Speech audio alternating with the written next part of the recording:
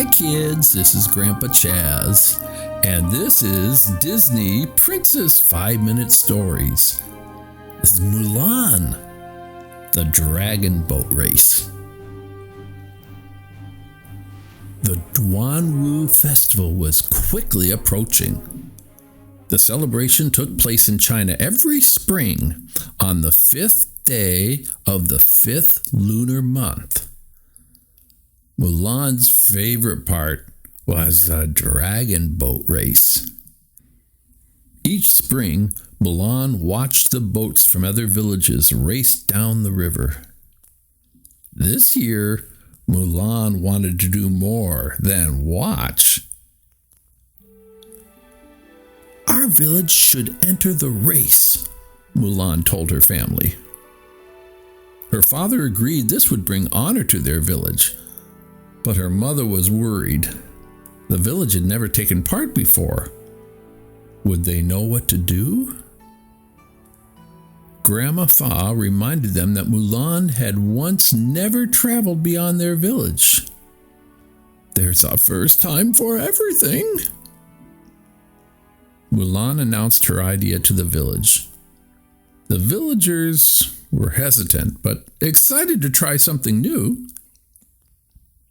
Mulan explained that they would learn just as the teens from other villages had learned. There's a first time for everything, she said. Outside the Temple of the Ancestors, Mulan asked Mushu to help choose what colors to paint the boat. It should look like me, of course, Mushu said. Together, Mulan and her teammates painted the boat to match Mushu's fiery red scales and orange belly. Mushu admired their handiwork. It does sort of look like me, Mushu said, if not quite as handsome. Practice began the next day. Mushu volunteered to be the drummer. I've had a lot of practice from banging a gong all these years. Mulan showed Mushu how to keep a steady rhythm for the team to follow. She clapped her hands. 1, 2, 3. Mushu thumped the drum. The villagers arced their paddles through the air to the beat. Soon they were paddling in unison. Mulan joined the team. As the sweep, it was her job to steer with a long oar. They pushed out into the sea. At first, the boat zigged and zagged, but then the villagers heard Mushu's steady wham, wham, wham. They followed the beat and glided through the water. Finally, it was the day of the race. Mulan and her team lined up their boat with the others, excited and eager for the race. When the race began, the dragon boats zoomed off. Each drummer pounded out a different rhythm. As the other boats whizzed by, Mulan's team struggled to hear Mushu's steady beat. Mulan tried to steer as the waves from the other team slapped against the side of their boat. She clutched her oar fearfully as the boat tipped this way and that. The drum bounced out of Mushu's hands and into the water. He reached out to grab it and fell in. Splash! Mulan helped her teammates fish Mushu out of the river.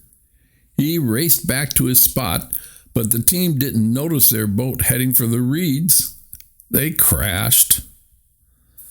The villagers slumped in their seats. How could they finish the race now? We can't give up, Mulan told her team. She knew quitting would not bring honor to their village. They'd lost their drum, but they still had their paddles, their boat, and their team. true, we've never paddled without a drum," Mulan said. "But there's a first time for everything. And there's one thing we can do that isn't a first. Work together." Mulan reminded the villagers that together they'd built and painted a dragon boat. Together they'd trained for the race. "Together we can get to the finish line," she cheered. "And I can still give you a steady beat," Mushu said. He clapped his hands. The villagers smiled and lined up their paddles ready to row. Together, Mulan and her teammates steered the boat back onto the river.